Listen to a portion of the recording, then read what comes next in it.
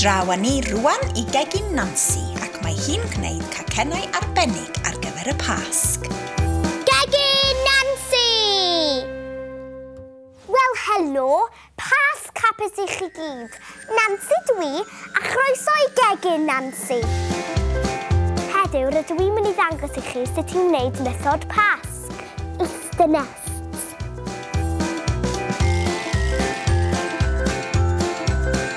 A dyma'r cynhwysion.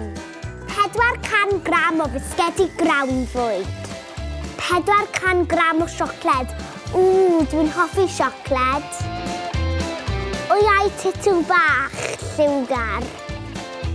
Casys cacenni pink. Fy hoff liw. I ddechrau, torrwch y bisgedi yn fan mewn powlen.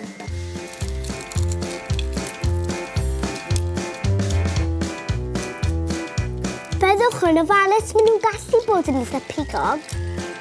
Pigog yw spiky. Nesaf, torrwch y siocled yn darnau man a rhoi yn y sosban.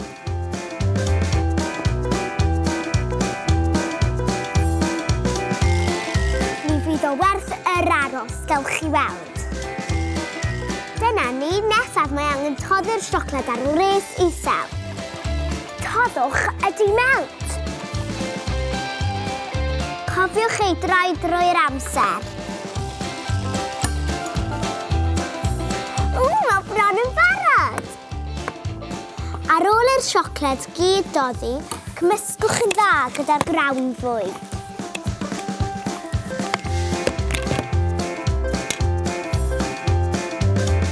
Dyna ni, rhowch y cymysgedd yn y casys papur. Cymysgedd ydi mix.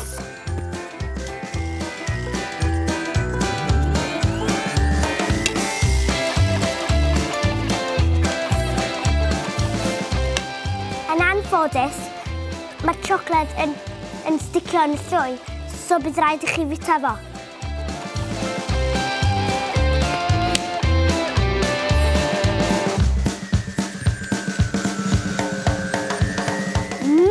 Blafish.